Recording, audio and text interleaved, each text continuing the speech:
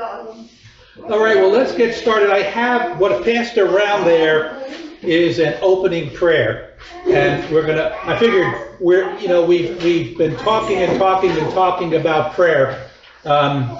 Maybe we should do a little practice, That's what my students would say to me if I would get too involved with the theory and whatnot. They would say, can you please do a couple of examples for us, So I put together this example for us to try. I couldn't find it for last week, so I kept digging. I found that book I was telling you about. Andy, pass that around. Probably Bob will just want to take a picture of it. On the silence of angels. Remember we said how in heaven, hopefully I'll get there, I don't know, but you guys will, I don't know about me, but if I get there, we're going to be praising God in silence, not with, hoopla or cymbals and snare drums and electric guitars or any of that, and fog machines. It's going to be awe and silence. And so that book, scholarly, Dale Allison is a fantastic scholar. And he researched from back in the Old Testament, Genesis and all that, all the way up through Thomas Aquinas. That's a Protestant using Thomas Aquinas, And there was one little, I'll pass this around too, there was one little snippet in that book that struck me that, I figured let's do this and then we'll do our prayer. And I'll read it to you. He has a quote for Aldous Huxley, Brave New World. Great book, right? Great book. He quotes Huxley in his book here, who said that the 20th century is, among other things, the age of noise. Physical noise, mental noise, and noise of desire. We hold history's record for all of them. And no wonder all the resources of our miraculous technology have been thrown into the current assault against silence. That most popular and influential of all recent innovations, the radio, this was written in 1944, imagine what he would say now about the internet, is nothing but a conduit through which prefabricated din can flow into our homes. And this din goes far deeper, of course, than the eardrums. It penetrates the mind, filling it with a babble of distractions, news items, mutually irrelevant bits of information, blasts of chorabantic or sentimental music, continually repeated doses of drama that bring no catharsis, but merely create a craving for daily or even hourly emotional enemas. I mean, he could pen a praise. Wow. He was a good writer. Huxley was a great writer. That is true. And so, imagine what he'd be thinking now about all of this, where, we're not. The big thing back then was George Orwell, 1984, where the government would withhold information. And Huxley said, no, that's not what's going to happen. They're going to drown us in information so that you won't be able to figure out what's information and what's not information. It's that sort of thing. They're going to ban all books. That's what George Orwell said. They're going to ban books. Huxley said, no. They're going to make it so that nobody wants to read a book, Anesthetize us with pleasure. Anesthetize us with pleasure. So I thought I would put that for your amusement. All right, so as I said, for our opening prayer, I'm going to ask for at least 2, if not more than 2, volunteers here. I figured, let me give you an example of how meditative prayer might proceed, okay? So I figured, how am I going to do this? What am I going to do? You'd have to have a Bible with you. You should always have, when you're going to have meditation, you should always have a Bible with you. If someone does not have a Bible, let me know. I'll make sure we have Bibles we could give you, okay? A Catholic Bible, of course. And of course you could have, now on your phone, everybody always has a Bible with them, and that's okay too. Using your electronic Bible is just as good. And I said, well, let me pick Psalm 22 because we mentioned Psalm 22. What we don't realize is, unlike today, even 500 years ago, but never mind at the time of Jesus, the major topic of interest and entertainment in Judea, anyway, or Galilee or any of those places was religion, their faith, their Jewish faith. Jewish faith is, if you've ever been to a Jewish feast, it's very celebratory. Yes, there's lots of prayer, but there's also lots of celebrating that goes on. So it's I hate to say entertaining, but it is. To ever go to a synagogue, and at the end when they start singing the songs, that you can't help but get up and start. Well, anyway, I chose Psalm 22, and I put that in. It's a psalm of victory because I said we talked about it, right? I almost wanted to get up and walk out when one day from the pulpit. The homilist said, you see, when Jesus said, my God, why have you forsaken me? He gave in to despair.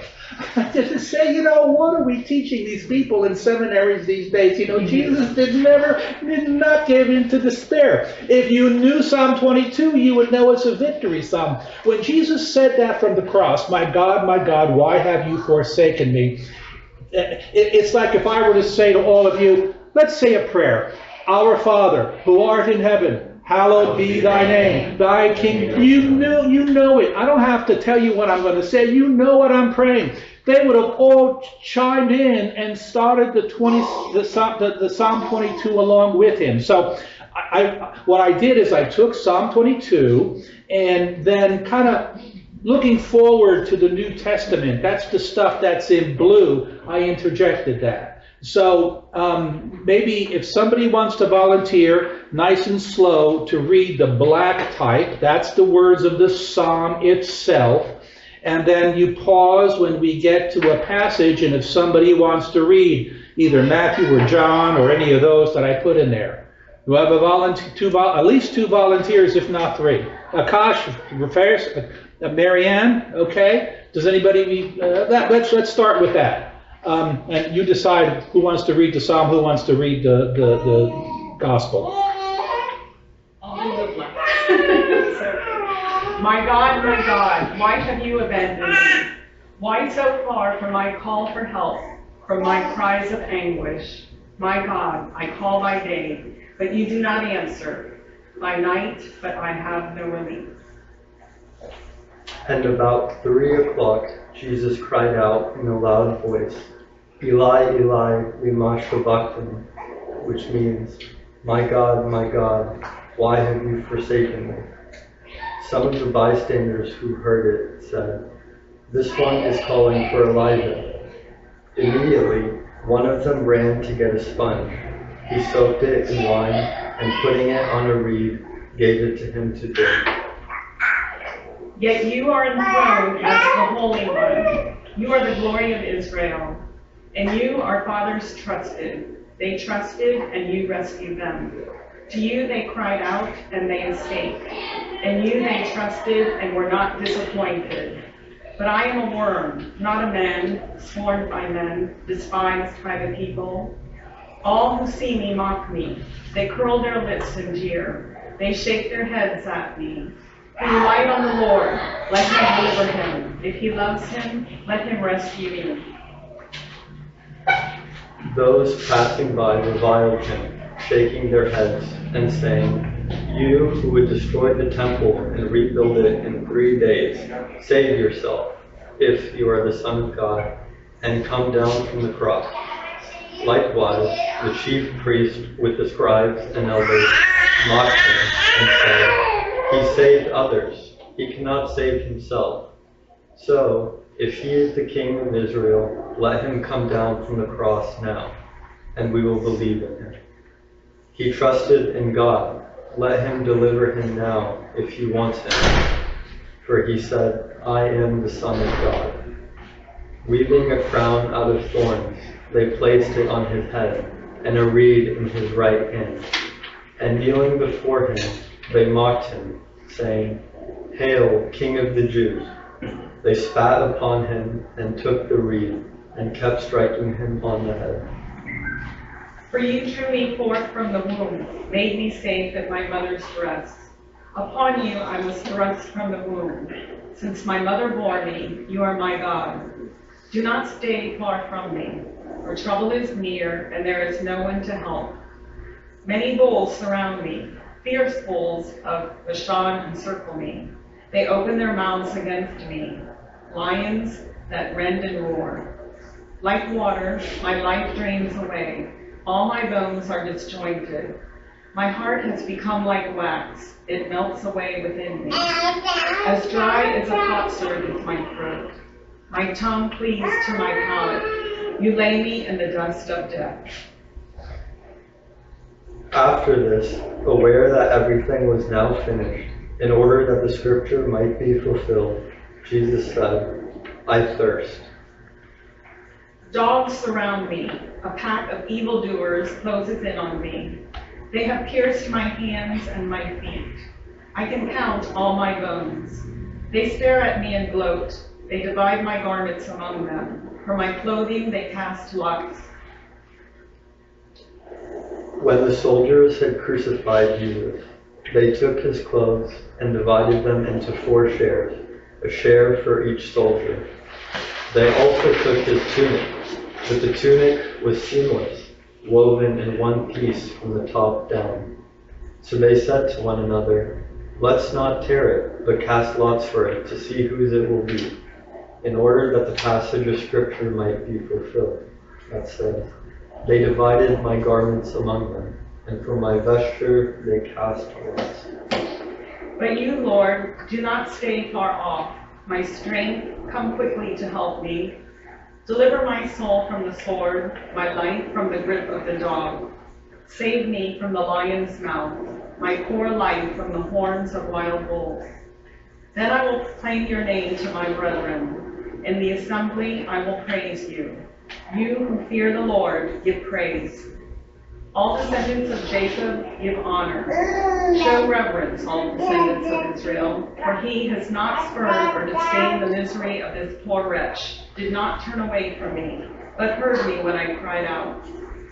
I will offer praise in the great assembly. My vows I will fulfill before those who fear him. The poor will eat their fill. Those who seek the Lord will offer praise. May your hearts enjoy life forever. All the ends of the earth will remember and turn to the Lord. All the families of nations will bow low before him. For kingship belongs to the Lord, the ruler over the nations. All who sleep in the earth will bow low before God. All who have gone down into the dust will kneel in homage. And I will live for the Lord. My descendants will serve you. The generation to come will be told of the Lord, that they may proclaim to a people yet unborn the deliverance you have brought. The inhabitants of Jerusalem and their leaders failed to recognize him, and by condemning him, they fulfilled the oracles of the prophets that are read Sabbath after Sabbath. For even though they found no grounds for a death sentence, they asked Pilate to have him put to death. And when they had accomplished all that was written about him, they took him down from the tree and placed him in the tomb. But God raised him from the dead, and for many days he appeared to those who had come up with him from Galilee to Jerusalem. These are now his witnesses before the people. We ourselves are proclaiming this good news to you, that what God promised our ancestors, he has brought to fulfillment for us, their children, by raising up Jesus, as it is written in the 2nd Psalm, you are my son, this day I have begotten you. And that he raised him from the dead, never to return to corruption. He declared in this way, I shall give you the benefits assured to David. Then I saw a lamb, looking as if it had been slain, standing at the center of the throne, encircled by the 4 living creatures and the elders. So first, is Psalm 22 desperation and despair? Absolutely not. I mean, it's a psalm of victory. As bleak as things look, complete utter confidence that God will rescue the lowly. So never let anybody tell you, my God, why have you forsaken me, as a cry of despair of Jesus saying God has abandoned me. God has not abandoned. God has not abandoned any of us. And it's important to know that. Also, I kind of, I put this together, but do you see how if you were to want to do something like this yourself, you could easily take that half hour we talked about that, some of the saints recommend and some of the spiritual fathers recommend, a half hour of prayer or meditation, and how with your Bible, and of course with some fishing around, again, I had to put this together. You see how you could doing this slowly, meditatively. Do you see how it could lead into contemplation? This is prayer in practice. This is how you pray. It's not, it's reading a psalm out of the Bible, right? But is it rattling off words? No, right? It's not even close to rattling off words. And so, as I say, my students would always say to me, can we have an example? Here's an example of maybe how you could pray. And if you say, well, how am I going to put something like this together? There are lots of books out there. Akash, you have a few right there. What are you reading right now? Well, this is a diurnal, so... Monastic diurnal, your daily prayers of monks, yeah?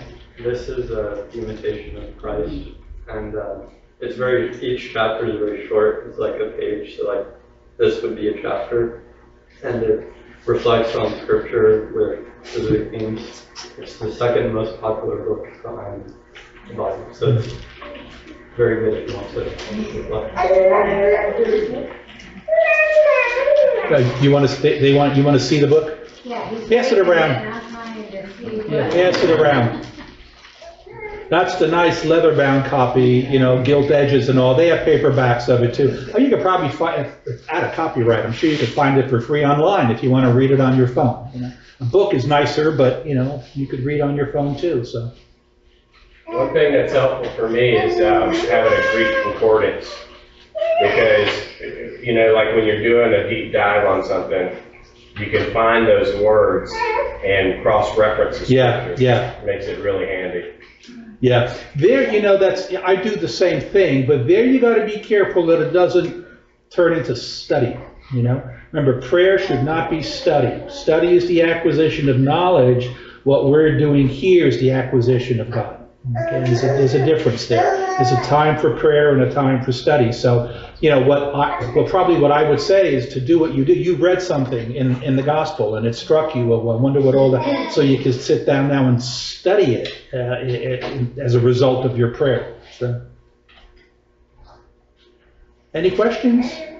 If not, we're going to finish this today. We are going to finish this today.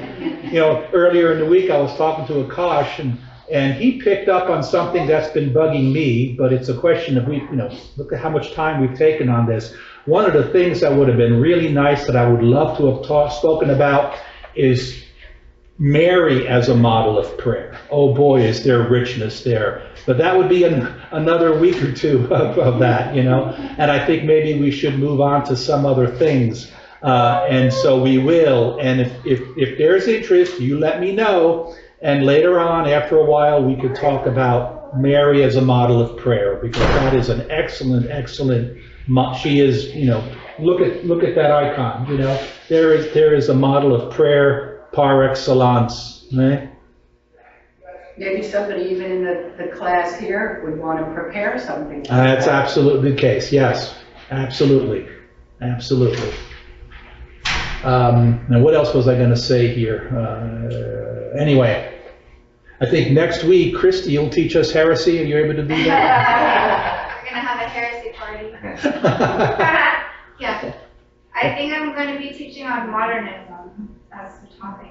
Yeah, the mother of all heresies, as they call it. I have classes already done on Nestorianism, Gnosticism, Pelagianism, Arianism. Start with those. So if there's any other ones that you're interested in learning about, let me know. And there are no new heresies, there's nothing new under the sun as far as that goes. Even the heresies you see today, and you see so many of them, you could pinpoint, okay, this is Gnosticism, this is Nestorianism, this is this, that, or the other thing. Or just maybe with some modern clothing on it, not dressed like it was 2,000 years ago or 1,500 years ago, but dressed in 21st century clothes. you saw as a result of this excommunication of the SSPX, there's a tiny little group of Redemptorists, not the Redemptorists that we all know and love, but they too are protesting. They're going to get themselves excommunicated because they proclaimed an Nestorian heresy. You know, they want to.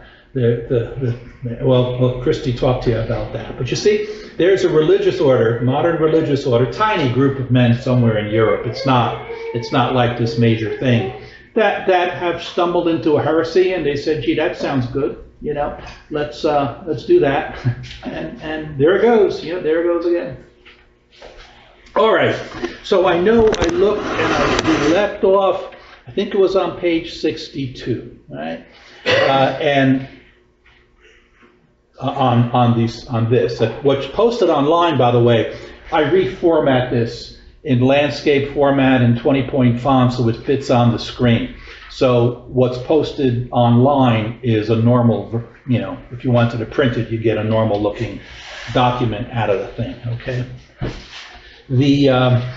And what I really wanted to, for this last week of this anyway, is talk about the fact that we're basing our discussion on prayer on the catechism. That's always a sure guide to use, you know.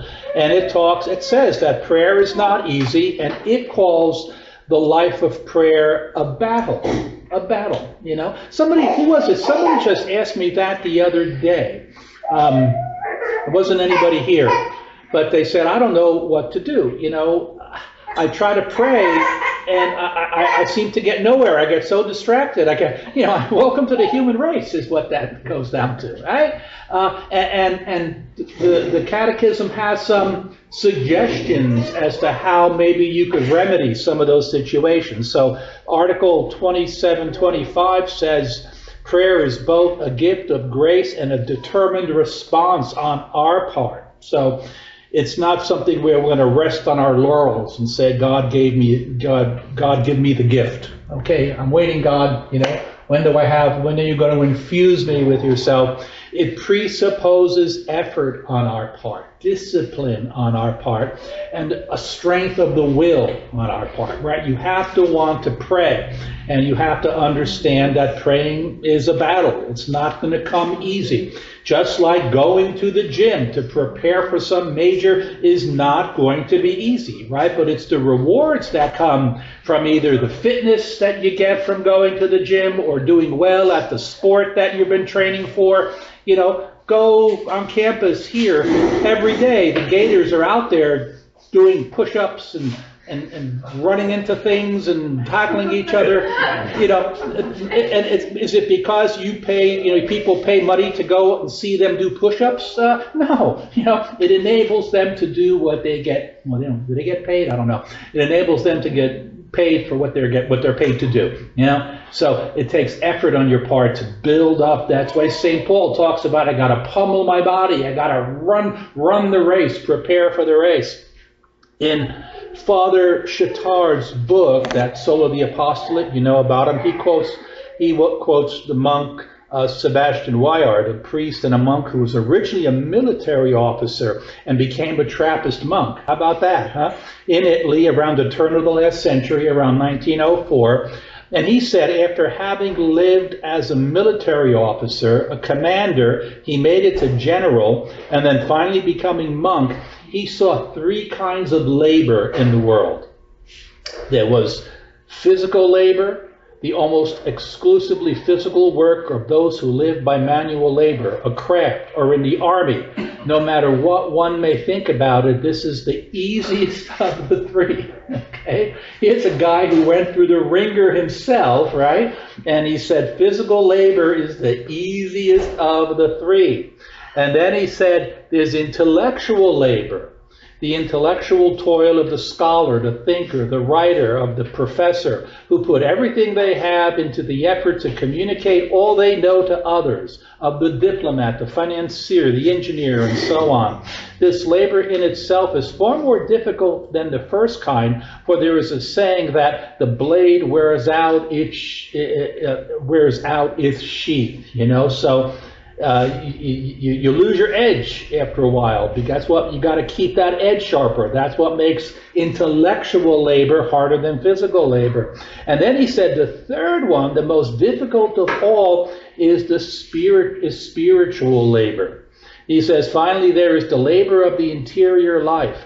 Of the three, this kind, when it is taken seriously, is by far the most exacting. But at the same time, it is the kind that offers the most satisfaction here on earth. It is likewise the most important. How many are there who can boast of great courage in the first two types of labor, which lead to wealth and fame, but who, when it comes to the effort to acquire virtue, are totally deficient in ambition, energy, or courage? Isn't that interesting? I mean, this guy is speaking from experience, to put it mildly, right? And he calls spiritual labor, developing the interior life, the most difficult thing of all. You slog away in the factory all day to earn a meager living, that's the easiest, he says. To use your brain to make a living, that's harder, but it's still not the hardest, right? He says there are thousands of people, it goes on in the book if you want to look it up. I'll give you the page, right? There are thousands of people who will pour themselves out either into physical labor, but when it comes to spiritual labor, they are deficient in any ambition, energy, or courage. He says, who does not know this from experience? There are times when we might be inclined to prefer long hours in some exhausting occupation than to a half an hour of serious mental prayer. Isn't it interesting that he too brings up this half hour of prayer? So many are bringing up a half hour of prayer. You'd rather spend your whole day doing all sorts of other things, but you will avoid that half hour of meditation like the plague.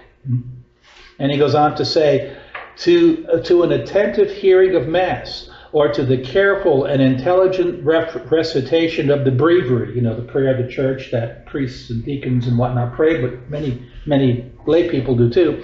Father Faber expresses his grief in admitting that for some people, a quarter of an hour after communion is the weariest quarter hour of the day. When we have to make a 3 days retreat, how unwilling some of us are. Why do we try to avoid it? Why do we try to avoid it? He kind of asked that question. He goes on, this is Father Chittard now, to withdraw from a life, though full of things to be done, is easy, and to live on the supernatural plane, making the supernatural sink into every detail of existence during this retreat, to compel one's mind to see everything during this time by the light of faith alone, and one's heart to forget everything in order to see Christ alone and his life, to remain face to face with oneself and lay bare the infirmities and weaknesses of one's soul, to throw out the soul, to throw the soul into the cubicle and turn a deaf ear to all its cries of complaint. All this is a prospect which makes some people, otherwise ready to face any fatigue, turn tail and flee when there is no longer a question of expenditure of merely natural energy. Because in that time, even a short time of intense prayer, you're seeking God, but who do you often come face to face with more closely than anyone? Yourself. Yourself. And how often you do not like what you see. Right? You do not like what you see. It's kind of like nobody likes going to get a root canal, right? I mean, you just want to avoid it. You see your deficiencies, you see your weaknesses, you don't want to face them, and so you avoid it. The catechism, back to the catechism, I pepper this. The catechism doesn't pepper with Father Chittard and whatnot. But the catechism is very clear that prayer is not easy and requires effort, but it's not difficult. It's just humanly impossible. It's something you can't do on your own. God's grace is what strengthens you to carry out this great labor. Prayer is a battle, and to win this battle, we need to know who we are at war with. The battle is between at least two people, ourselves and the enemy of all souls, the devil. As Father Chittard says, it's because your body, your flesh, your soul are going to scream for reasons not to pray, and you have to fight that tendency of the flesh to flee from prayer. Romans itself, right, chapter 7, gives a great insight into that prayer is a battle. Paul, he's talking about fallen flesh and our tendency to lean towards sin, what we call concupiscence, right? That those thoughts and desires that we get that are sinful, and sometimes we give in to those thoughts and desires. St. Paul says there is a war going on inside of me. I know the good, but I can't do it. And the good and the evil that I don't want to do is what I do. For I do not understand my own actions. For I do not do what I want, but I do the very thing I hate. Now, if I do what I do not want, I agree with the law, and that is good. So now it is no longer I who do it, but sin that dwells in me. You know, Paul's a little bit hard to read sometimes, but that's Romans for you. There is a war between the self and between your fallen sinful nature. You know, unlike Calvinists or whatever who think that man is totally depraved and whatnot, although the life of God with us was diminished with original sin, the flame never went out. The flame is still burning in there, and we have to work to keep it burning more brightly. Let's see. Oh, I put that in twice somehow, right? I guess. I was just going to mention that sometimes another thing you can do is when you're trying to pray, if you keep getting distracted by something, sometimes you can actually challenge yourself to think about why do I keep getting, what's distracting me? And why is that distracting you? Because it could be that then you can pray about that. Help me, Lord, to stop worrying about X or Y, or why, Lord, help me to understand why this is such a concern, and why am I maybe what I can do and give it to you instead of focusing on it. So then you can almost include that in your prayer. That may help. Absolutely. I mean, it's akin to David, King David, when he said, Lord, show me my hidden faults. Show me what I can't see. Because that could be what's preventing you from entering more fully into prayers. And I love that phrase, hidden faults, hidden from yourself. You have a fault, because we all have our blind spots, right? Every last one of us. I don't care who we are. We all have our blind spots. There's always that part where we think we've got it nailed and we got it down, and we don't realize that we don't, right? I'm sorry, I don't know why that is. Do I have that in there twice? For I know that nothing good dwells in me. No, I guess that is in my flesh. For I have the desire to do what is right, but not the ability to carry it out. For I do not do the good I want, but the evil I do not want is what I keep on doing. Now, if I do what I do not want, it is no longer I who do it, but sin that dwells in me. Somehow something is got twice in there. I don't know. I probably need to edit this and fix it up for my second version. But Paul continues. He said, so I find it to be a law that when I want to do right, evil lies close at hand. He finds that to be a law. I want to pray. I want to do the right thing now. I want to serve God now. Evil is just lurking right there saying, no. Let me see if I could talk you out of that. God said to Cain way back in the book of Genesis, right? Sin is like a lion, a beast crouching at the door, waiting to devour you. This is what we're up against. St. Paul continues, for I delight in the law of God in my inner being, but I see in my members another law waging war against the law of my mind and making me captive to the law of sin that dwells in my members. Wretched man that I am, who will deliver me from this body of death? Thanks be to God through Jesus Christ our Lord. And that reminds us that it's Christ and Christ alone who could help you with this battle. But it's essential to throw yourself into the battle. Right? So as good as all these spiritual aids, icons, books, and everything is, those books, those icons, they're not going to rescue you. It's Christ himself who is going to rescue you. A French priest priest, Father de Ravignan, is that how you would say that? Once said of his time in formation in religious life, when he was in the novitiate, learning to become a religious priest, right? He said, "You asked me what I did during my novitiate. Well, there were two of us. I threw the other fellow out the window, and then I was alone." This is a line that everybody in religious formation for religious life ought to read. There are two, in any one of us, there are two of us. And it's a battle with ourselves. And we got to take the other one that we don't like, and we got to throw him out the window. He was at war with this other fallen flesh. He's describing the early stage of prayer life as a real wrestling match, a battle, where he's having to wrestle and gain control of himself through grace. And this is really where we see the imagery of the life of prayer as a battle. I love, like St. Paul VI in Humana Vitae talks about mastery of self. People so easily today want to give in to their fleshly desires and emotions, and we're meant for so much more than that. Take control. Be the master of yourself. You can be through the grace of Christ. Mastery of self.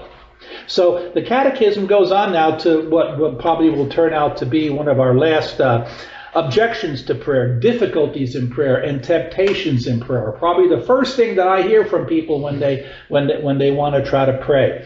It starts out by saying, talking about what it calls erroneous notions of prayer in paragraph 27-28. It says, prayer is not mere psychological activity, okay? Nor is it an effort at concentration in order to reach a mental void like New Age spirituality. Nor is it mere ritual works and postures. So you sit in a lotus position and go, It's Catechism comes around and it is not any of those. It is not any of those. And then it goes on to talk about worldly notions that choke prayer. And it gives a list of things. We'll quickly go through them. One is empiricism. Empiricism is the view that the only thing that is true is something that can be observed, empirical things, the created order. It's also called scientism. Prayer is not real because there's nothing that you can touch, taste, or see. You can see its effects, you can see its results, but you can't see it. Right? That prayer is not. It's not the words on a page. It's prayer is that inner activity in your soul. There is a common one in America, utilitarianism. That's the view that only production matters. This lends itself to the view that prayer is a waste of time. Right? Why should I sit there in the church for a half an hour? I could be doing something. I could be at community outreach, helping give food to the poor. I could be cleaning the parish hall. I could be doing something. What was the heresy that Pope forgot? Americanism. Right? We got to do. We got to be, and that's God's going to be pleased if I just keep doing. Right? There's sensualism. Is the view by which we seek pleasure above all things, whether it be money, sex, power, or whatever. Okay, that's certainly a distraction from prayer. Right? Act as activism, which is kind of closely related to utilitarian activism, except it's spiritual activism. All that matters is worldly activity. You've got to get in touch with the real world to get out there and do something, or your life doesn't have any meaning. A person with an activist worldview would see a nun who consecrates her entire life to daily prayer, hours of prayer until she dies, as someone who has basically wasted her life. I've seen that happen. I just sitting next to somebody when, perhaps an attractive young woman makes the announcement that she's going to become a religious sister and go into religious life. I remember a time a man sitting next to me simply said, "What a waste." What a waste. She could have a nice husband and family and, what a waste. Right? The Catechism also discusses failure in prayer. Another one I think I hear so often. People will say, I have prayed and prayed and prayed and prayed and nothing happens, so why even try? If an athlete gives up after the first time they failed, or after the first several times they failed, how great of an athlete would they ever become? Right? How many, I used to have it on my desk when I was the undergraduate advisor. I'd have to sometimes give students bad news, and I had on my desk a little sign, how many times Yogi Berra struck out. Or Mickey Mantle, yeah, one of those. Who was the big, real famous one? Babe Ruth, yeah, Babe Ruth. How many times Babe Ruth struck out? It's going to happen, but you get back up and get right back in there, or you're never going to get be the home run king, right? The Catechism says discouragement during periods of dryness. Anyway, just nothing is happening. Sadness, oh my God, why did this happen to me? Because we have great possessions, it says. We have not given all to the Lord. Disappointment over not being heard according to our own will. In other words, not getting what we wanted. Not being grateful for all we do have. We talked about that in one of our earlier sessions, We're good at telling God that all that's going wrong, but we're not good at so many. Your heart is beating, blood is flowing through your veins, the earth is circling around the sun, the whole everything in nature is balanced. It's a beautiful day. There's zillions of things going on. Every cell in your body is doing what it's supposed to do. And yet we don't think about that. We think about, I got this little pain in my arm. Take that away from me, Wounded pride, stiffened by the indignity that is ours as sinners. Our resistance to the idea that prayer is a free and unmerited gift, and so forth. The conclusion is always the same. What good does it do to pray? To overcome these obstacles, we must battle to gain humility and perseverance. And you remember the Catechism in the very beginning said humility is the fundamental essence of prayer. And we talked about the perseverance of Job, the perseverance of Jacob, and so forth. Of all the humility is when we recognize that we are not God and we submit to His will. Perseverance is continuing to pray, like we talked about Jacob wrestling with the angel, and not letting go until I receive the blessing, even when it seems I'm not receiving what I've asked for. I'm going to pray and pray and pray, and God keeps saying to no, no, no, or He seems to be saying no, no, no. And say, well, I'm sorry, I'm not going to stop until you give me what I want, until what I'm praying for. That's the woman in the gospel. Jesus said, just keep hounding the judge, and because why? She said, the judge will give her what she wants. It says literally in the Greek that because she might give me a black eye, So and the judge is God, right? And God is saying this. We know a lot of those feisty women, don't we? I've met quite a few here at St. Madeline's even, that God is saying, whoa, I'm not going to mess with this one, So, difficulties in prayer. The habitual difficulty in prayer is distraction. Could anybody relate to that? I don't know. Has anybody ever had that problem? You try to pray and you get distracted, and that doesn't happen to you, does it? Just always. How do we deal with distraction?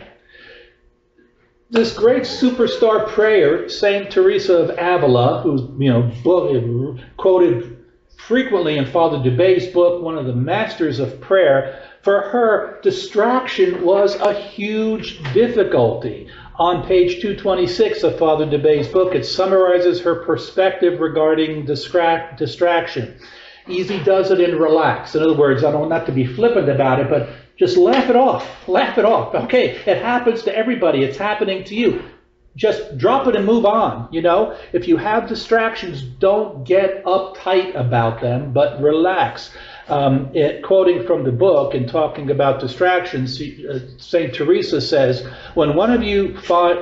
she's talking to her, she was forming other sisters in her order, right? So she was talking to young novices and whatnot, and other sisters. She said, when When one of you finds herself in this sublime state of prayer, which, as I have always said, is markedly supernatural, and the understanding, or to put it more clearly, the thought, intellect, wanders off after the most ridiculous things in the world, she should laugh at it and treat it as the silly thing it is and remain in the state of quiet. So here's somebody who reached the pinnacle of the spiritual life, the unitive way. I mean, you couldn't do much better than she did, and one of the biggest difficulties she had was distraction in prayer. So maybe we shouldn't feel so bad, but we should do as she said, treat it like, laugh at it, treat it like the silly thing it is, and stay in the state of quiet. Keep after it, don't stop.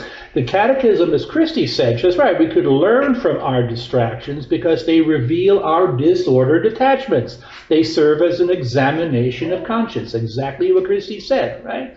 The Catechism talks about vigilance. Vigilance is the difficulty of persevering in prayer.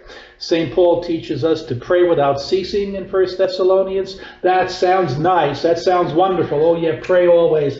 How do I do that? And remember, there's a mistake that spiritual directors will warn you about where they say, well, I'll just turn whatever I'm doing into prayer. You know, if I'm tilling the garden, and that's all fine and well, but that is not a substitute for set aside time for prayer. How do we respond to this vigilance or difficulty in keeping vigilant? The church refers to what it calls custody of heart, maintaining the presence of God throughout the day by withdrawing into the self for a short time, as Father Chautard calls it, to glance at the Lord, to yourself up and realize something. This was getting long and maybe I was getting tired. I realized that God is always in your midst and you're always in his presence. So what Father Chautard is saying, when I find myself unable to pray, just, okay, stop. I'm going to stop whatever I'm doing. I'm going to stop trying to pray because I'm not successful at it. And I'm just going to take a moment and compose myself and sit in the presence of the Lord. That's an effective technique. That's an effective technique. It gets you, it's sort of a disruption of whatever is bothering you. Whatever it is, you can't be vigilant because something is bugging you. So, okay, I'm going to forget about it. Whatever it is, I'm going to forget about it. I'm going to place myself in God's presence and be quiet for a moment. It's like probably Andy here in a noisy courtroom, right? Order, because things are breaking out into a din in the courtroom. You got to settle everybody down, quiet. There's quiet now. Now let's move on. How do we maintain custody of heart? Father Dubay, in page 228, St. Teresa gives some advice. One of the things that can destroy your ability to be vigilant and have custody of heart is by taking on too many tasks. This is what she would warn her sisters about, placing oneself under a huge mountain of tasks to accomplish. And so she says, be advised as far as the state of life permits. Try to put aside all unnecessary affairs in business. Don't chase every rabbit down every hole that comes your way. If it's not necessary, don't do it. Put aside all unnecessary affairs and business for those who help to reach the principal mansion. This is interior. She has this theme of the interior mansion, right? So how many times do you see that among people? Certainly the kind of people we have in this room, myself included. Yeah. What's that? That is a really good reminder. I'm sitting in my life right now at work, to be quite honest. There's so much going on. It becomes so overwhelming that you have to sometimes stop and reevaluate all prioritize, the things you're doing, and is this worth the time and effort? Yeah. So a lot of times all of us find ourselves doing too much. It's good for me. I have a wife that could point that out to me and tell me, no, you got to say no to this. No, your answer is no. And that's what? Did Satan invent multitasking? I think Satan did invent multitasking. Right? There was one of my colleagues at UF Students like to do multiple things in class. They're listening to you and doing something on their computer, maybe doing something on Facebook. And she was talking. She's a fine Catholic woman, and she was giving a lecture in a class. And she saw one guy sitting in like the third row doing something on his computer. And she said to him, "Are you paying attention?" He goes, "Yeah, I'm hearing everything you're saying. Don't worry, I could multitask." And so she went on, and he's still doing his thing. She walked up, closed the lid on his laptop, and said, "Tell me what I just said." He couldn't. He couldn't. Tell me what. You can't, most of us can't effectively multitask, right? We try, but usually something falls short. Another thing that happens to all of us is dryness in prayer. Getting close to that, moving in that direction of the dark night of the soul, maybe not quite that extreme, but Article 27:31 says, when the heart is separated from God, even though it is not. You feel like it is. You feel like, God, where are you? You out there? You know I'm here? Of course he does, but you feel like maybe he doesn't. Now, it's important to understand, if you are in a state of mortal sin, you are separated from God, right? That is not dryness. Dryness is when, in a state of grace, even during your time of prayer, you feel like you're separated from God, even though you're not. If you're in a state of mortal sin, you are spiritually dead. Nobody's going to pay attention to a corpse. That's your own fault. That's your own doing, that you're a corpse. If you're in a state of grace, God's life is dwelling in your soul. You don't have any sensible experience of it. And that spiritual dryness, the Catechism goes on to say, is the moment of sheer faith clinging to Jesus in his agony and in the tomb. Look at it that way. That you're being, look at the cross. That's the dark night of the soul. That's God saying to you, all right, do you really want to draw close to me? Do you really want to be one with me?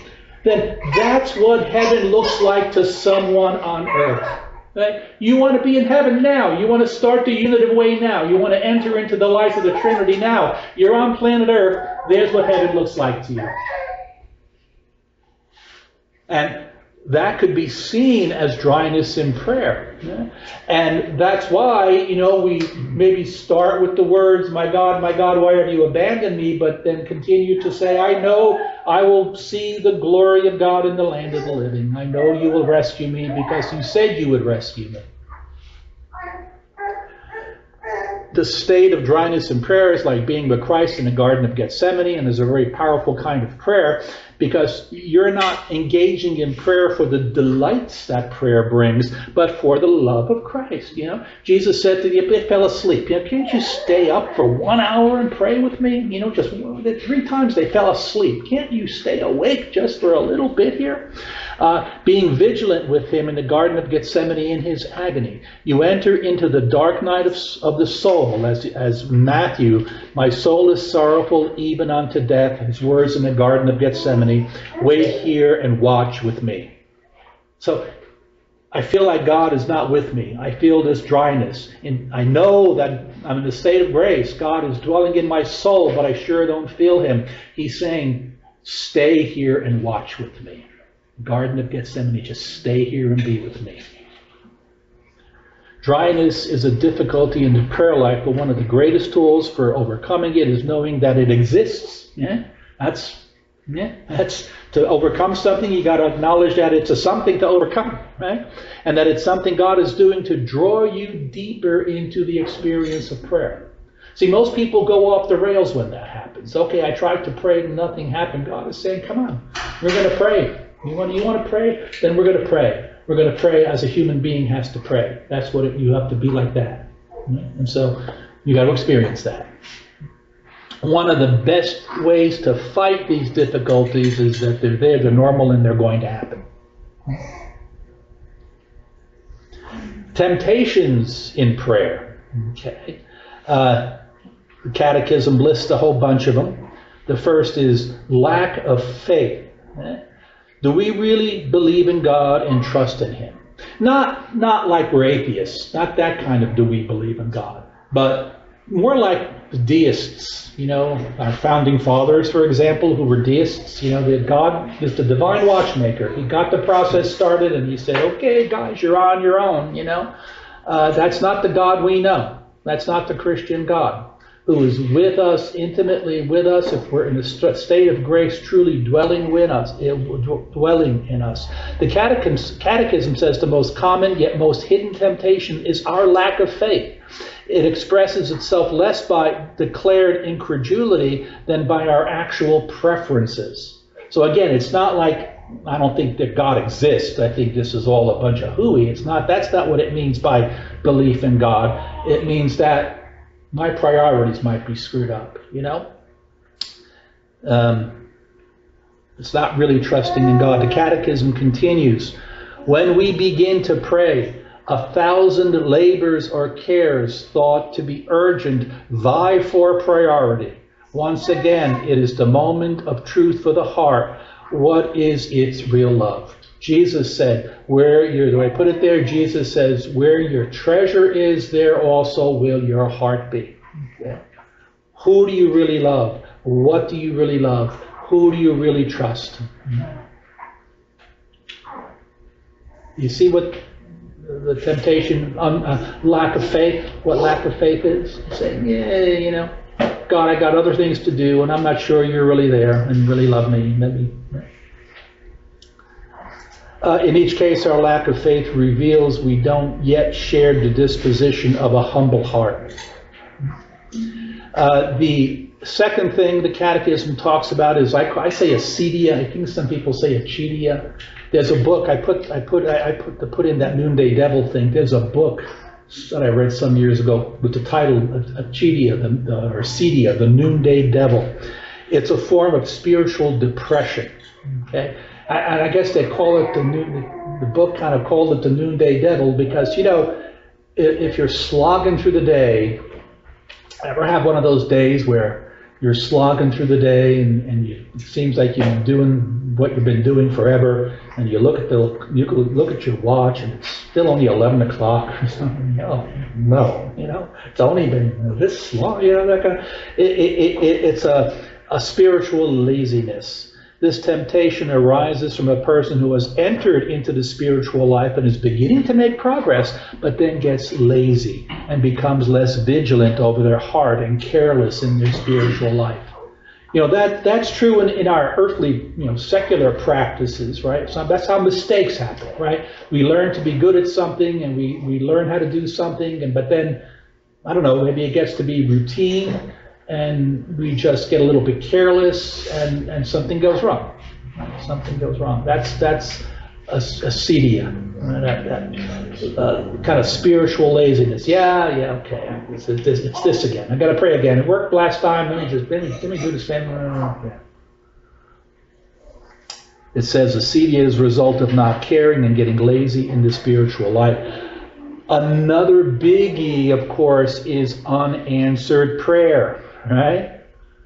Another reason people can give up is because they think they haven't been heard, and they say, forget this whole prayer thing because God is not answering my prayer now. Right? Excuse me. The Catechism points out that whenever we say some kind of prayer of adoration to God, like when we say, you know, I love you, God, or God be praised, or blessed be God, we never doubt for a second that God has heard that prayer. We know He loves and has heard our adorations.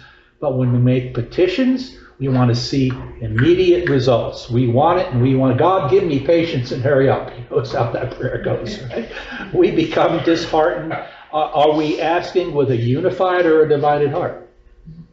Do we believe and know that God hears and answers prayers?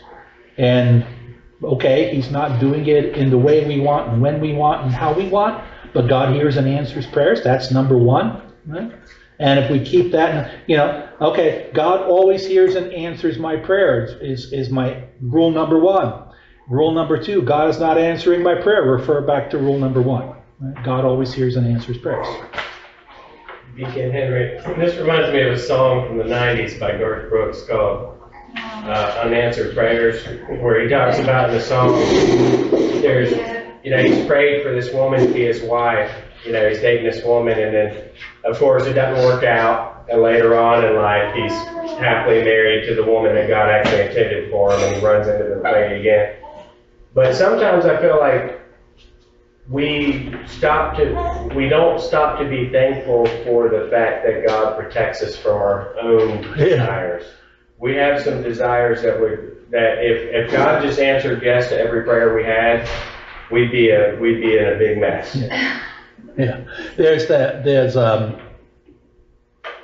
I haven't looked at this in a while. I've actually used it past years in a homily once. It was about an article entitled "Jackpot," about people who won the lottery big. I mean, really big. And the people they interviewed in this article, it's amazing. They, one of them said, I remember the quote so vividly. One of them said, "What I thought was the best day in my life turned out to be the worst day in my life when I hit multi-millions." Another one said, "If I knew then what I knew now, I would have taken that winning ticket and torn it into a million pieces." So, that's kind of what you're talking about, Oh God, look, just one silly little the Tebians, Fiddler on the Roof, would it be hurt your great eternal plan if I were a wealthy man? I got this ticket in my hand, let it be the winning numbers, God, please, why not? It could be the worst thing that ever happened to you. People I know who, you have family coming out of the woodwork that you never, probably not even family that you never knew about, telling you they want money, they want, everybody in the world hounding you to get that money from you, Andy, you want? I've had 3 clients over the years that won the lotto, and they came to me to set up a trust, and all 3 of them resulted in misery. One committed suicide, one died of a broken heart because family taking advantage of realizing that they didn't love him, they loved his money. And the third one, basically had a mental breakdown and had to have a guardianship appointed for him. So he was not able to manage or enjoy his own money. Somebody else was managing it for him. So in every single case, it led to bad problems. Yeah, Tim. I kind of remember that God gives us everything that we need, and sometimes what we want in order to teach us a lesson. Yeah, and like Jesus in the garden, praying so hard. Let this cup pass. This cup if it's your will, let this cup pass from me. If Jesus is told no, then we should expect that sometime we're going to be told no. The way I think of it is, God. It's not that God is not answering the prayer; it's that the answer is no. Well, the answer is above us. Oh, the answer is above us, yeah. God always answers prayer. Always answers prayer. Always. Always. If we think He's not answering because we're not getting what we want, it means the answer is no to whatever it is we're asking.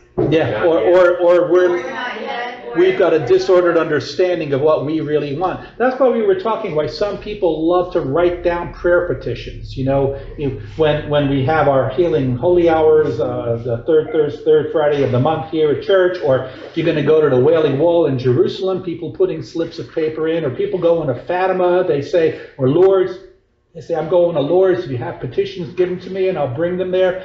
It's not that, God is, you got to put it in writing.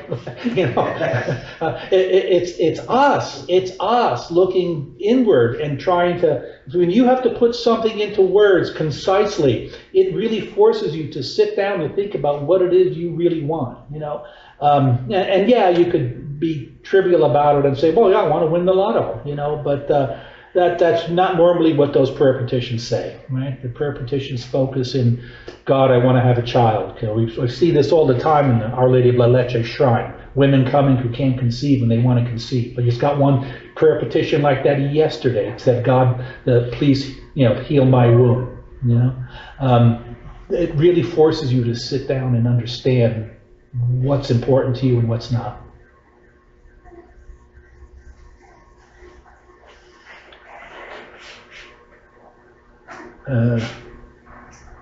God has greater things. Yeah, okay. Don't be troubled if you don't receive what you ask for. He desires to do something even greater for you while you are close to Him. Evagrius Pontus, that came from the Catechism. They quote that unknown person, right? Who's known by somebody. God has greater things in store for you than you could ever imagine for yourself. That's what you always got to keep in mind. Just because God doesn't give you something you've asked for doesn't mean he loves you any less. Right? We notice St. Paul says, right, we are commanded to pray without ceasing. We're not commanded to fast without ceasing. Okay? And we're not commanded to give alms without ceasing, but we're commanded to pray without ceasing. Prayer has primacy in the spiritual life. It's always possible to pray. Prayer is a vital necessity. The Catechism concludes with paragraph 2745 that we mentioned when we started. Prayer and the Christian life are inseparable. That's the fundamental message the Catechism wants to give in that whole big section 4 on prayer, is that prayer and the Christian life are inseparable. And how many times do we compartmentalize? And this is my, why is prayer and the Christian life inseparable? That's, okay, I made a statement. Why is that true? Because what Jesus said in Matthew, you therefore must be perfect as your Father in heaven is perfect.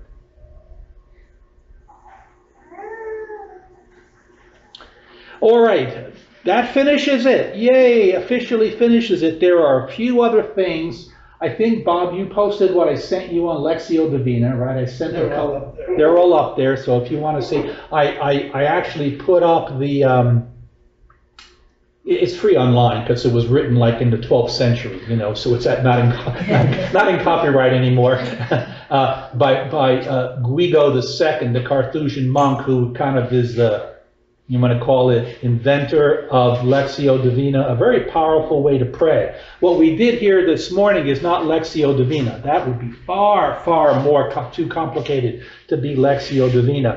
I copied from the bishop's website, USCCB's, United States Conference of Catholic Bishops.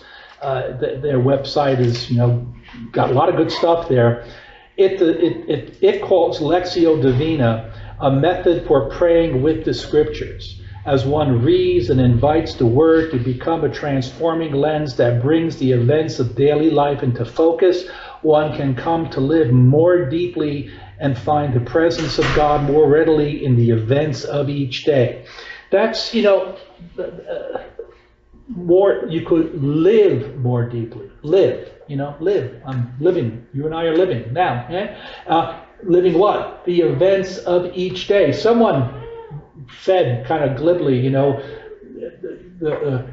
what happened in the incarnation is the Word became flesh, and then the first thing we tried to do is put him back into words again, because we could deal with words, but the real flesh and blood of that involved the sacraments and all that, that gets more difficult.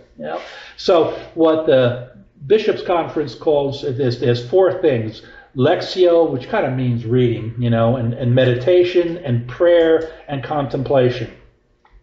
And you could click, you see I put the link right here, usccb.com, if you want to click on and find it yourself. Lectio is read a Bible passage slowly a few times. Again, the critical thing here, I think, is brevity. You don't want to get too much. A sentence might be a good example. Sometimes even a part of a sentence, except that gets a little bit dangerous because then you could kind of eisegesis, read into or cherry pick or something like that.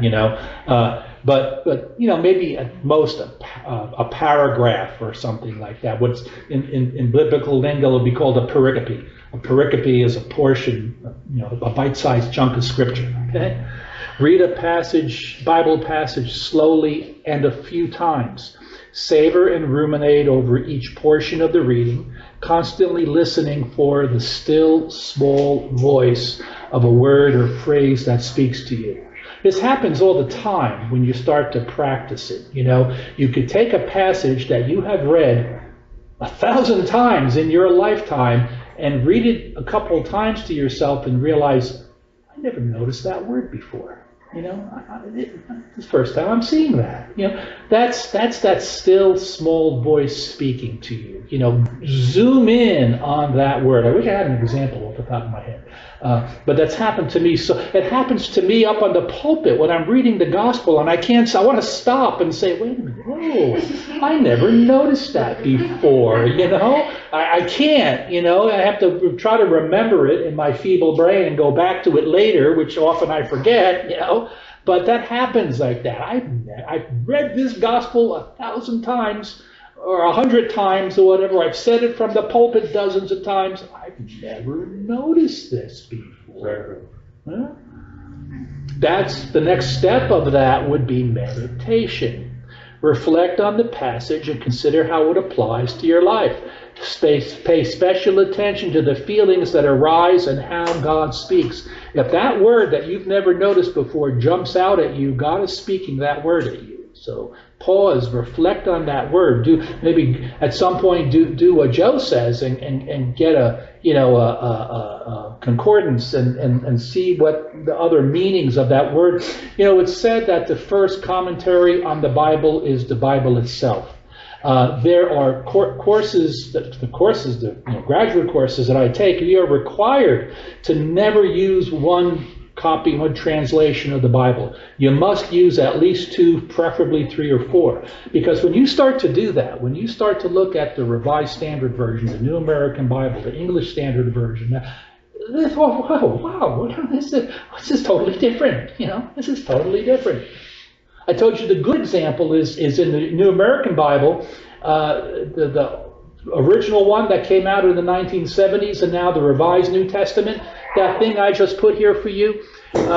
Therefore must be perfect as your heavenly Father is perfect. In that original, it said you therefore must be made perfect as your heavenly Father. You see the big change one word can do there?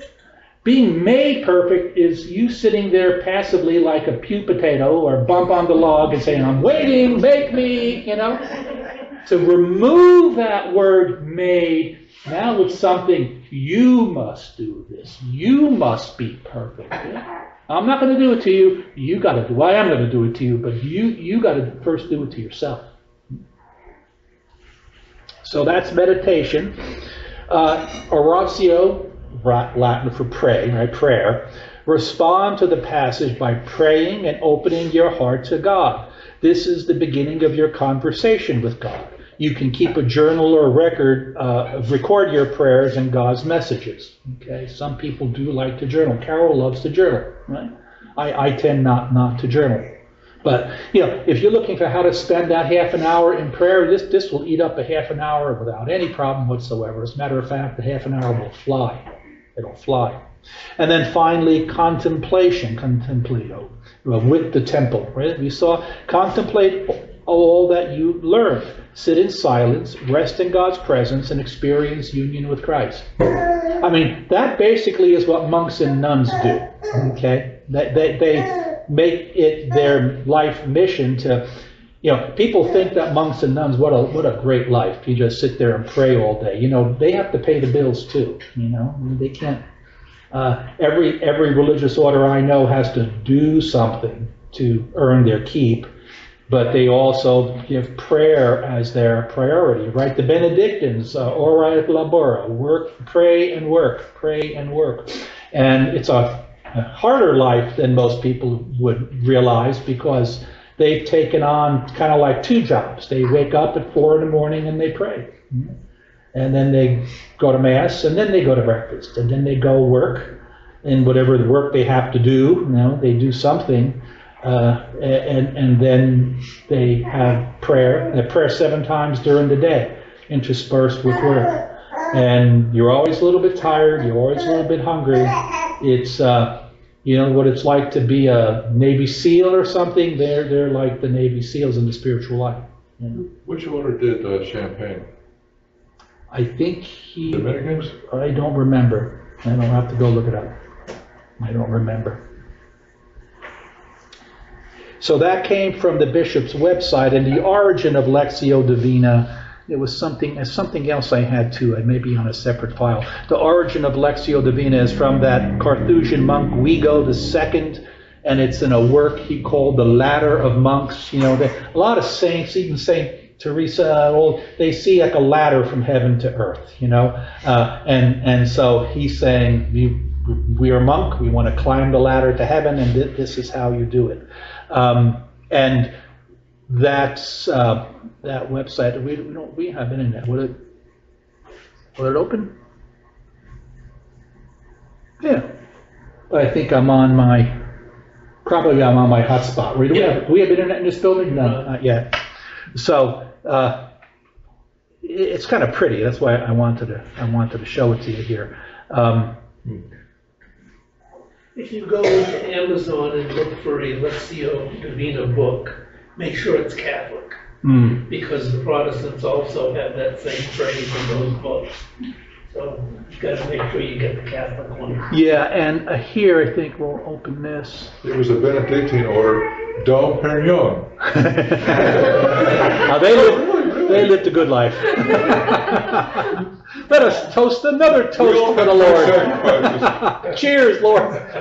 And there it is. There's the freebie in English, of course. I don't know what language. You probably wrote it in Latin, but there's the Ladder of Monks, and it's only like 22 pages. It's not long. You see, it's not big pages. So you could print that out for yourself. And there was something else here. What else did I send you, Bob, that I wanted to?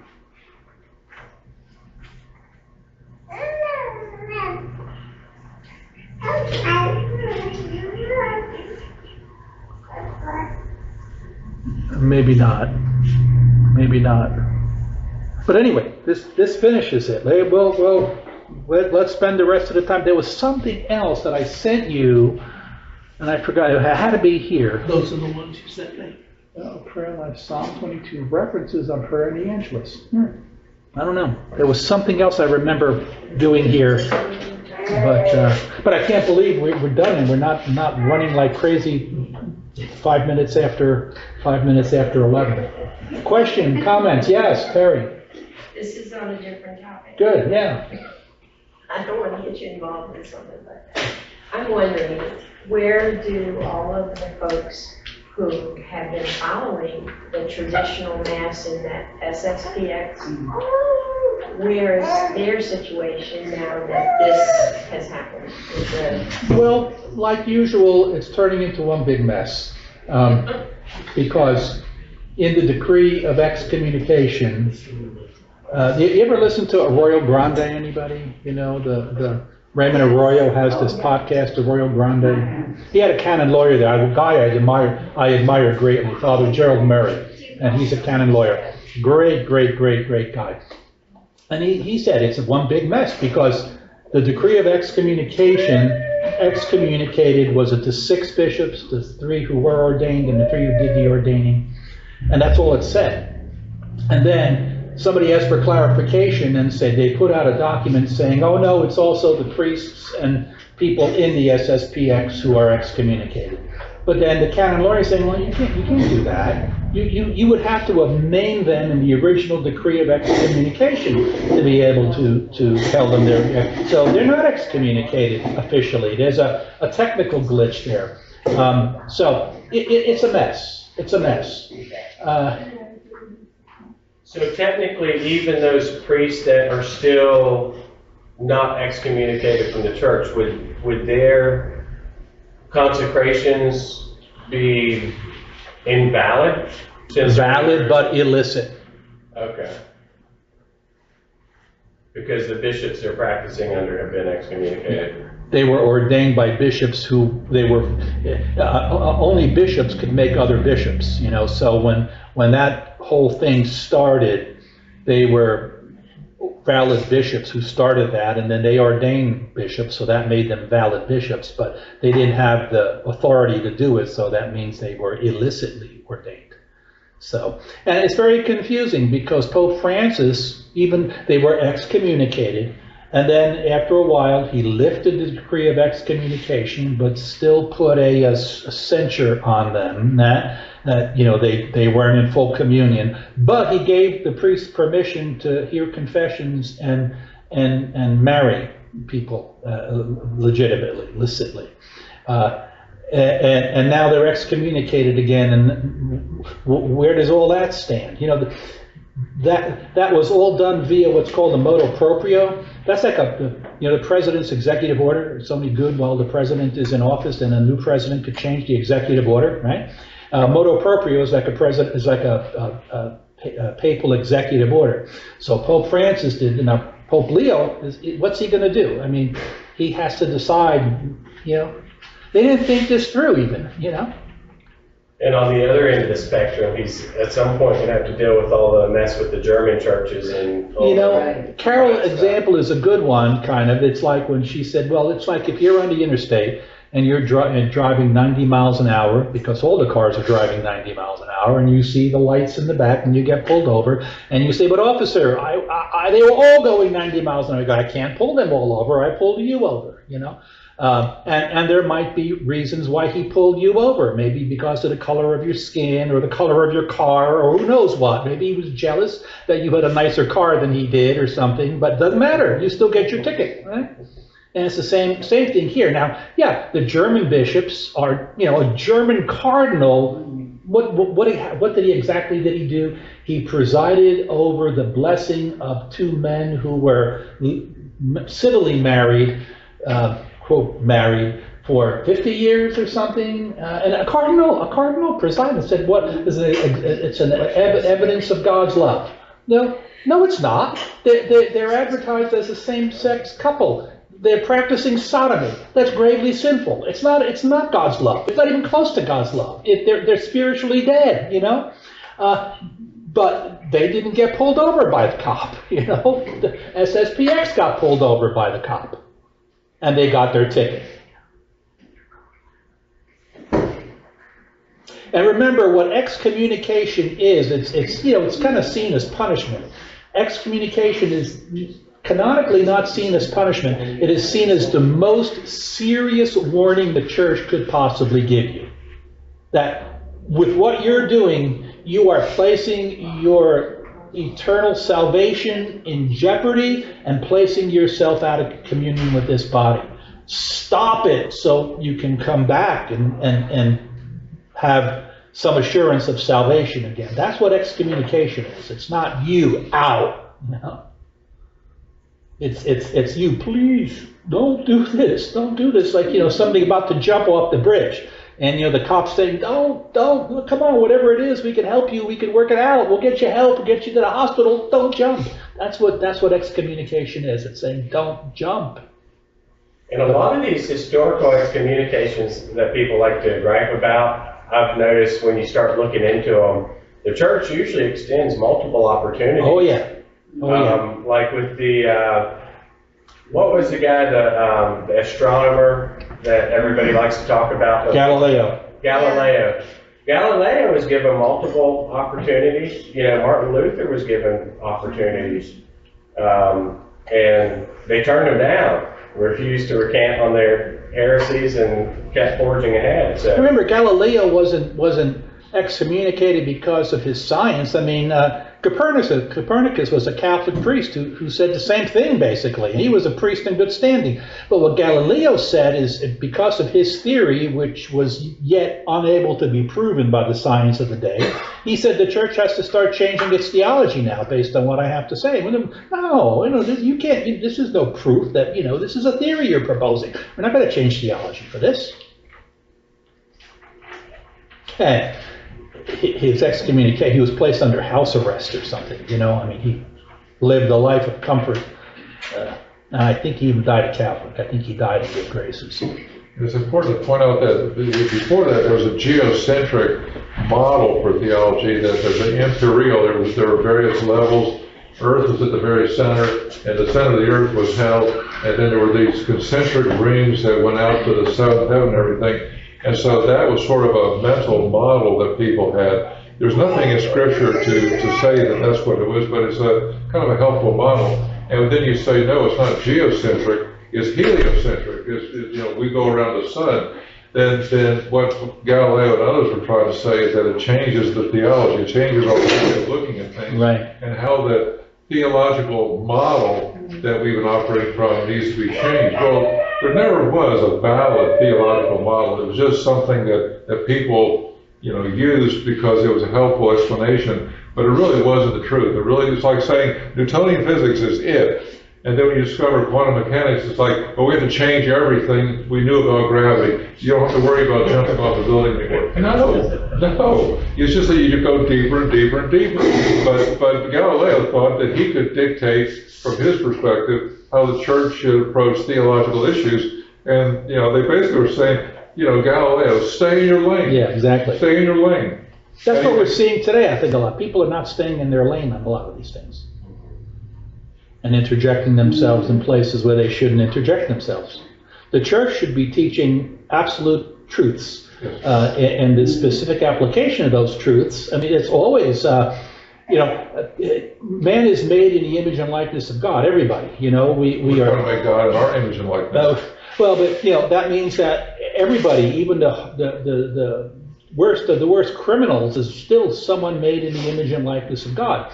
And we have to just respect their dignity as a person because of that, even if they're Hitler, I mean, and this is perhaps comes to, in terms of illegal immigration today. Yeah, these people are beautiful in God's eyes. He loves them. They're made in His image and likeness. We need to have the utmost dignity because of that and so forth. But how do you deal with them? Men of goodwill could disagree with that.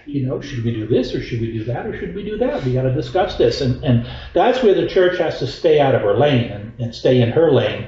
And make sure you treat these people for who they are, children of God, with infinite dignity and respect, like you or me have, because of that. You got to keep that in mind with whatever you do. And now, what do you do? It gets complicated, right? How do we deal with this?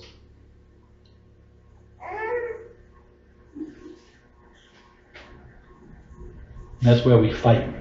Well, I think your Huxley quote kind of falls into this because it's all, my X feed is full of all this SSPX drama, and people are just going nuts. Oh, they're going nuts is right. Going nuts and saying crazy stuff. But, Let me see if I could find. It's a lot of noise. Crazy stuff on the internet? That's unusual. Especially on Twitter or X or whatever. We were talking before about, I'm surprised I was able to find it so quickly, but yet I did.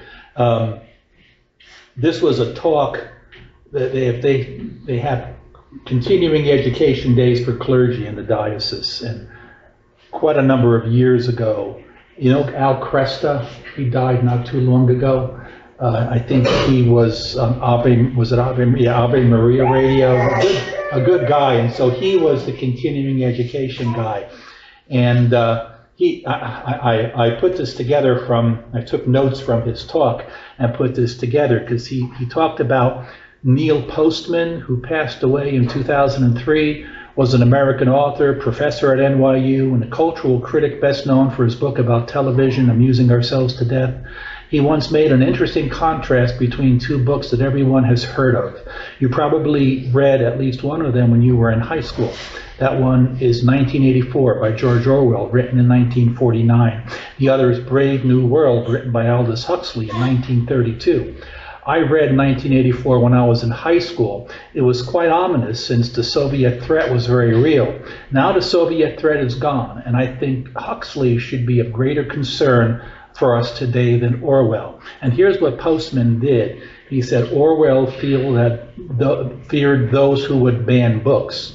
Huxley feared that there would be no reason to ban a book because there would be no one who wanted to read one.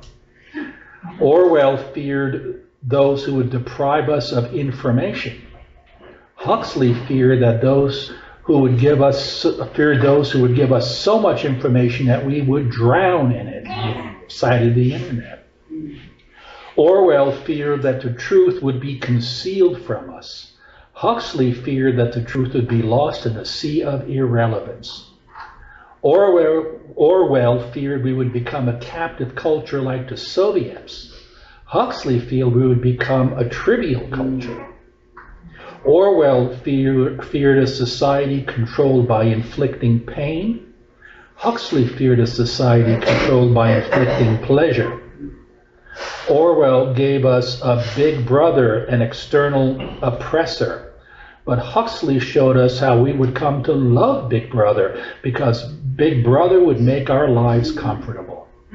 And then he closed by saying, when the American Caesar emerges, and maybe he or she already has, I think he will take his cues from Huxley, not Orwell. A culture that has become trivial can be deduced into forgetting Christ far more easily than a prison can coerce one into renouncing him. Promise them everything, free stuff, all the time. Promise them everything. And, I think evidence of that in Poland, right? Poland, they would not give up their faith.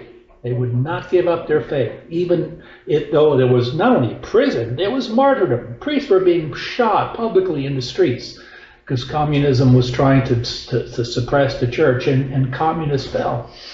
But I'm afraid for what's happening in this country now. Yeah, Maricel. There's another book, The Hunger Games. It's a free series. I don't know if anybody's heard it in here. What is it, Maricel? It's called The Hunger Games. Oh. Is anybody familiar with No. it? I watched Yeah. I think I watched the first movie, but there was something about it that I It just made- couldn't get in. I could not. It The made books are better archery than the very movies. popular. I don't know. Yeah. The books were far better than the movie. Yeah. But that book is definitely political. Yes. And when I told that to people at work, I used to work in a hospital, I probably had 100 people in my department. I said that to them and they said, what are you talking about? And I said, it's political. They're keeping all of the people in the cities, and you're not even allowed to go outside the gates of the city. You can't hunt, you can't go out into the forest, because they want to control everything that you do. They want to control your food. Isn't everybody like trapped somehow? They're trapped. Bob, if you could please look that up and post it. What's that? The Hunger Games. Oh, That's, Post the book. They're saying the book is better than the movies. If you could post it for everybody. Jamie is constantly, my husband Jamie is constantly telling me that in the movies and the things we watch on TV, they're like showing us their plan. It might seem a bit hidden, but he's constantly like trying to see like, he's like, they show us what they want to do in these shows and in these movies. And it's Everything in plain sight. Yeah, it's almost like a game. Well, a lot of these heresies that we talk about, and the big one is, there's actually a Protestant I like to watch on YouTube that breaks down how the Gnostic gospel is snuck into all these kids' movies.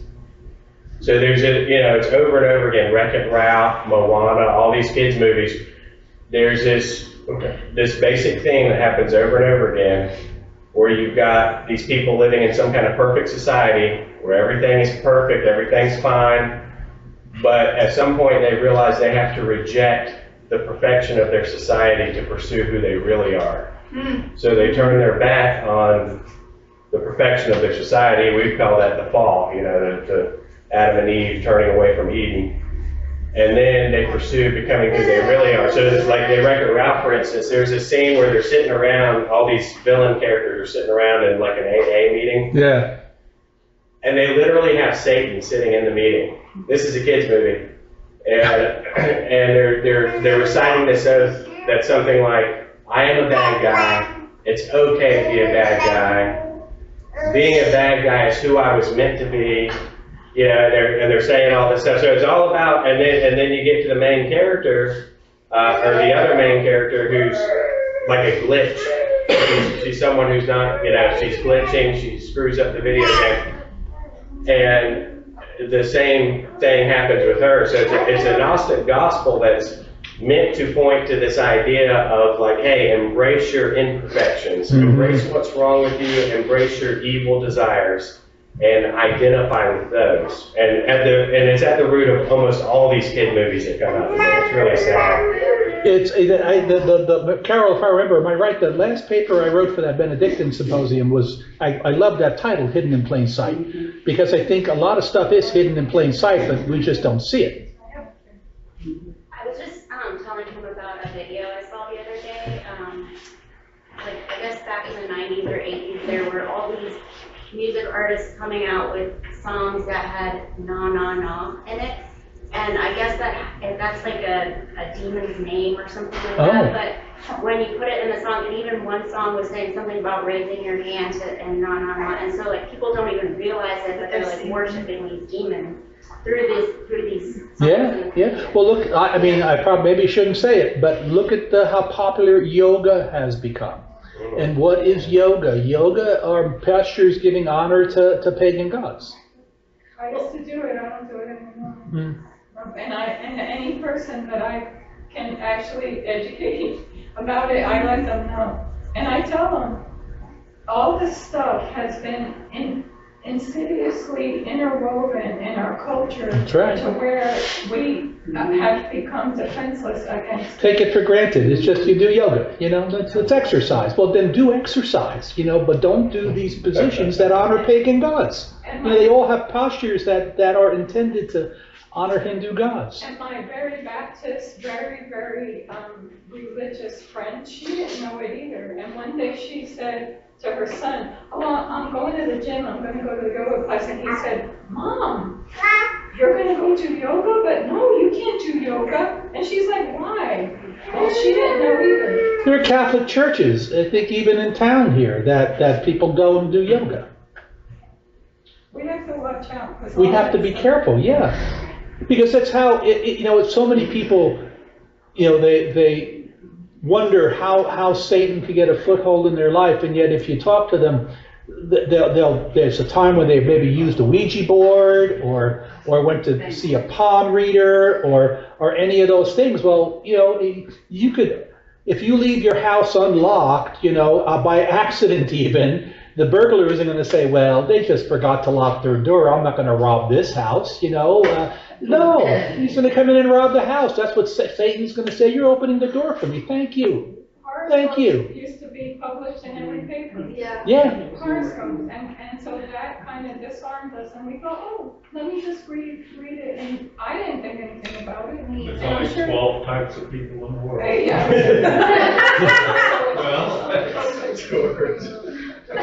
One of the problems we have today in our society is our attention span and our unwillingness to really think and evaluate facts.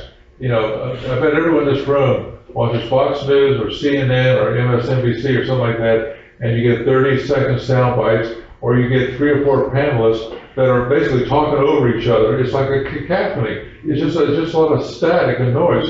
And there was a time, remember the Lincoln Douglas debates? We think of those like Sean Hannity and some liberal maybe having a debate. There would be hours. Lincoln would be given 3 hours. Douglas would be given 3 hours, and whoever had the first shot would be given an hour for rebuttal. People would stay and listen for 7 hours to all these debates, and they were pivotal. People learned something from them. But today, it's just a soundbite. There was somebody who came to this class, when it was RCIA years ago, who said, well, they're not, I like the class, they're nice, but 2 hours is just way too long. And my first reaction, I told him, I said, it's the shortest 2 hours I've ever spent. Because there's so much to learn, so much to absorb. But we've provided a way for us to be incapable of doing that. We can't handle that anymore. We just can't. We want something really short. We want to go through our Facebook reels and, oh, that's interesting, oh, that's interesting, that's interesting. And if you do that, I know someone who will say, all of a sudden I realized I spent 3 or 4 hours just going through that and learning and being zero better off for doing that. What do I know now that I didn't know before? Nothing. What have I wasted? Everything. But that's what's happened, and Orwell was right. We don't have to torture people. We don't have to have Big Brother. We could just flood people with these devices. They become very addictive, very pleasurable, and people just have to keep checking. And it's insane, but we have allowed Satan to totally distort who we are as human beings and how we worship, how we think. People don't think anymore. We feel things. We are all feeling people. We don't feel like that's right. Well, I feel like that's your truth. I feel like this is my truth. We become a bunch of highly technologically oriented vegetables. Mm-hmm. You know, that's not a new problem either, because I remember a quote, and I don't remember who it's from, but it was something along the lines of like, you know, people stop worrying about their bread as much when you give them games. And they were talking about like the Coliseum games or something like that. And the idea was like, hey, when people are entertained, they worry a lot less about all this other stuff, like where they're how they're gonna eat and all that sort of thing. They're less inclined to worry about it because they're entertained. You know, the Romans gave us bread and circuses. They kept the whole Right. You talk about the Coliseum and so forth, where people would go and watch human beings get ripped to shreds by by lions or gladiators or something. The modern day version of that is a lot of these call-in talk shows. Yep. Because those people, their talent is not that they're well versed in the topic they're talking about. Their talent is they are experts at ripping people to shreds who call in. And that's what's become our entertainment. You call in, any one of us, with our opinion on something, they know how to tear you apart and make you look like a fool. And you notice how even they would do, when they would speak, they would turn down the volume on the caller so that you couldn't hear the caller anymore. And we're watching, that's the modern day equivalent of ripping people to shreds in the Coliseum. Going to these talk radio, talk TV shows and watching them humiliate somebody. That's never going to win anybody over. See, that's the problem. That's never going to convince someone, even if it's, conservative-leaning talk show talking about moral principles and so forth. That is, or the other way, some of these other shows, one side is not going to convince the other by ripping somebody to shreds in public. It doesn't work. Would anyone listen for minutes or hours and hours to Lincoln today? If Lincoln was explaining a house divided against itself and how slavery is wrong, would Lincoln get people to listen for 3 hours? No. He'd turn them off in a heartbeat.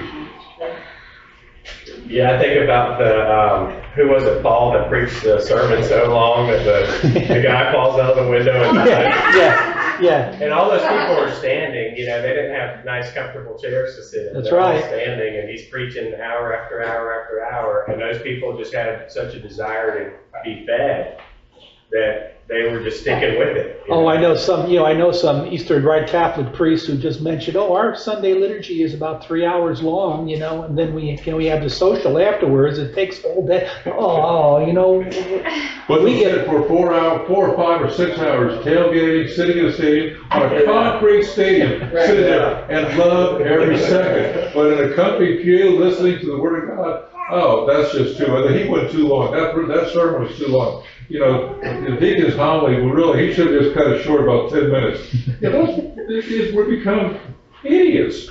Idiots. That was one of the complaints that we got from our Protestant family that came for the Easter Vigil. They're like, how do y'all do those long services like that? It's like they were mad at us for not. For me, it's over too soon.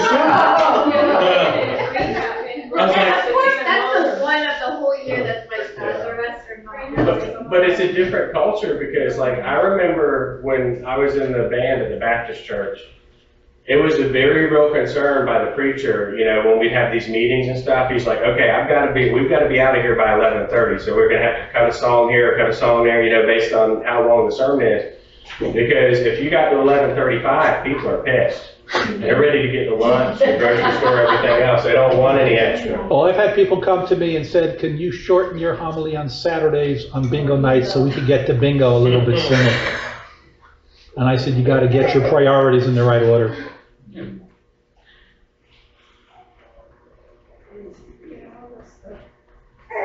Don't let any of that get woven into your life. That's all I can say. That's right. That's right. Turn off the food tube.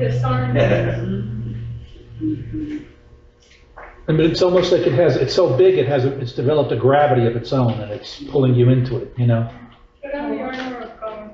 Put on the armor of God. It's funny that as we have less and less of an attention span, and we're thinking less and less, our TV big screens are getting bigger and bigger and bigger. Look at the beautiful TV we It have. fills up the whole wall. Now this is educational, but at home, you have to have a bigger TV so you can see all this crap. They used to weigh 500 pounds and have about That's right.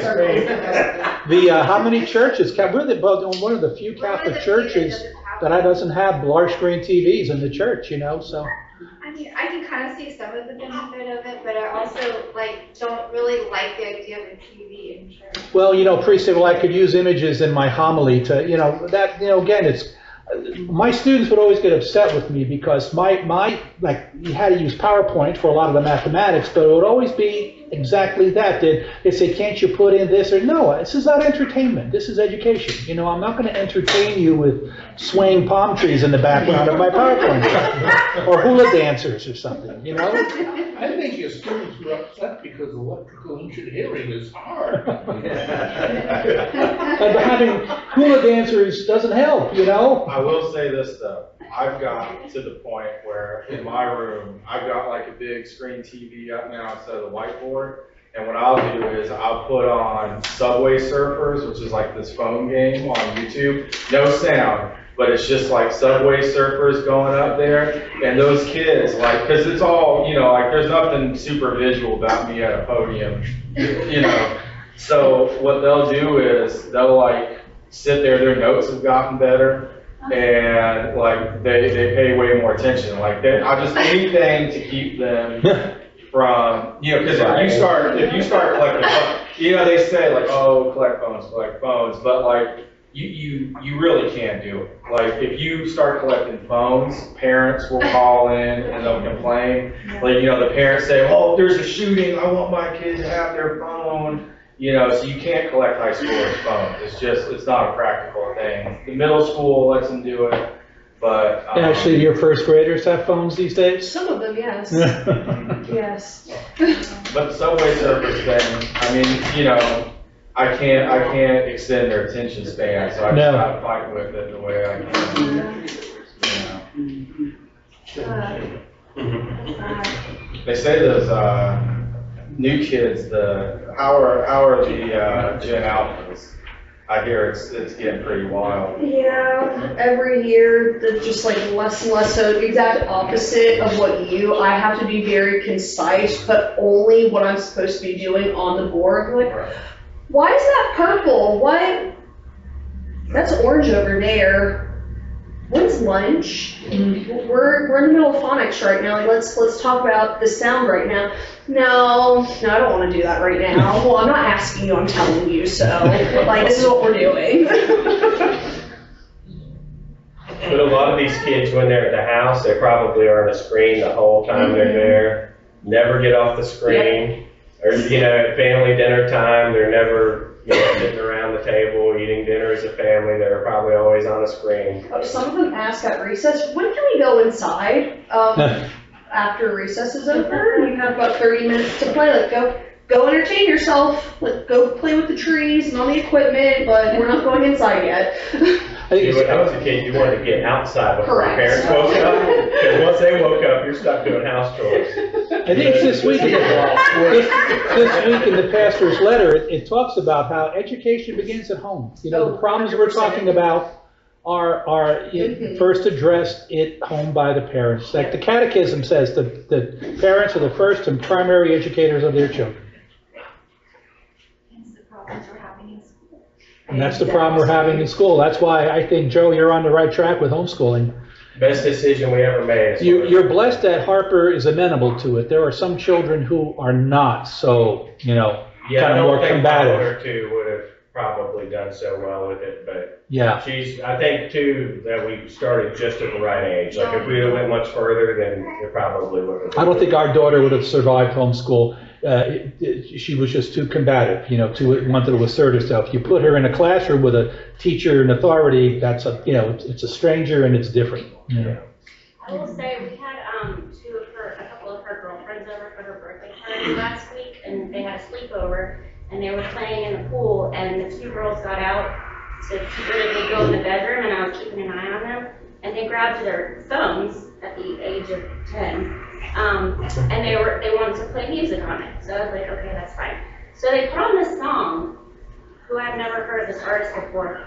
And I was watching the video. First of all, the music itself is awful. And I took the phone and went to Joe, and he looked up the lyrics on the phone as we're sitting there watching this woman The whole half thing's about naked. sex. But they thought it was okay because there were no cuss words. That's the whole reason they thought it was fine. Yeah, it wasn't like explicit, technically speaking. Right. Like when you read the lyrics, you're like, okay, this whole thing is But when you were obviously watching about what sex. she was doing in front of the camera, it was, I mean, Working and all that kind of crap. Well, my experience with students in middle school and high school, I used to go to St. Francis High School. They asked me to go and talk to the students there about well, it was about annulments was the official topic. But how do you got to first talk about marriage, and you talk to these freshman students, and they think as long as you don't have sexual intercourse but do other sexual things, you're still a virgin.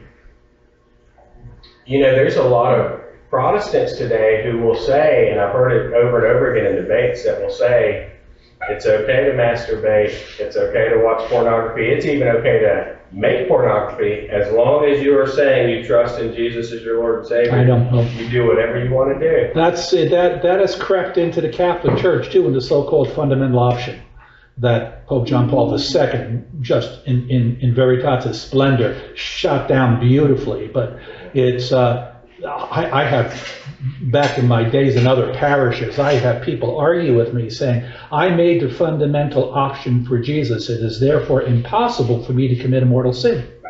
Well, there's this come as you are type of attitude in a lot of these. And I think that's a good thing to a degree, come as you are. Like, in other You don't words, stay as you are. Come as you are. But then the message needs to be, repent, for the kingdom of heaven is. That's right. And a lot of churches are eliminating the repent part. And so that book that you recommended by Father Dubé, one of the first things that St. Teresa mentions is like this deep meditative prayer is for every sincere Christian, but it starts out with a sincere living of the gospel life. That's the beginning point. So if you're going to stay living in your sins and you have no real desire to change, and you're just going to be like, oh, why can't my prayer life grow? Well, because you haven't committed to the gospel life. That's step one. That's right. That's why I love that from blind Bartimaeus in Mark's Gospel. How we talked about it here. Jesus, Son of David, have mercy on me. Unless you call out for, and I've had so many people argue, even back in the RCIA days here, I had people argue with me, oh no, my God is not like that. I don't have to ask for mercy. My God loves me. He's going to show me. It's like throwing the plastic Mardi Gras beads is what God's grace is. No, it doesn't work that way. You didn't get the memo. So anyway, we actually finished something. Hooray! I was afraid that we're gonna not, but we did it. We did it. So, as I say, we have even going to finish a couple of minutes. I don't know if this is a couple of minutes early. It's not. It's on time. But next week, Christy is going to talk to us about heresies. And if you need more than one week to do that, Christy, by all means do so. Because there are so many out there, and we're seeing the same ones over and over and over again today, with the one new one, though, from the industrial era of modernism, right? That the mother of all heresies, it kind of lumps them all into one big heresy and says, here you go. Why worry about which one? We could have them all. Any other questions or comments or rude remarks? I don't care. Tell me I stink. I don't care. All right. We have the time to say, in the name of the Father, and of the Son, and of the Holy Spirit, amen. Our Father, who art in heaven, hallowed be thy name. Thy kingdom come, thy will be done, on earth as it is in heaven. Give us this day our daily bread, and forgive us our trespasses, as we forgive those who trespass against us. And lead us not into temptation, but deliver us from evil. Amen. In the name of the Father, of the Son, and of the Holy Spirit. Amen. God bless you all. Christy, are you going to